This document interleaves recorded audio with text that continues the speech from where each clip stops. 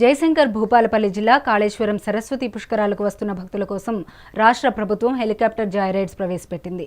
Joy రైడ్లో జిల్లా collector Rahul Sharma, Karimnagar CP Ghouse Alam పుష్కరాల ఏర్పాటుకు స్వయంగా వీక్షించారు. త్రివేణి సంగమం, కాళేశ్వర దేవస్థానం, గోదావరి పరివాహక ప్రాంతం పైభాగం, అన్నారం బ్యారేజీ, కన్నెపల్లి పంప్ హౌస్, అంతర్రాష్ట్ర వంతెన, మేడిగడ్డ, కాళేశ్వరం చుట్టుపక్కల అడవులు అందాలను భక్తులు వీక్షించడానికి జాయ్ రైడ్ ఏర్పాటు చేసినట్లు తెలిపారు.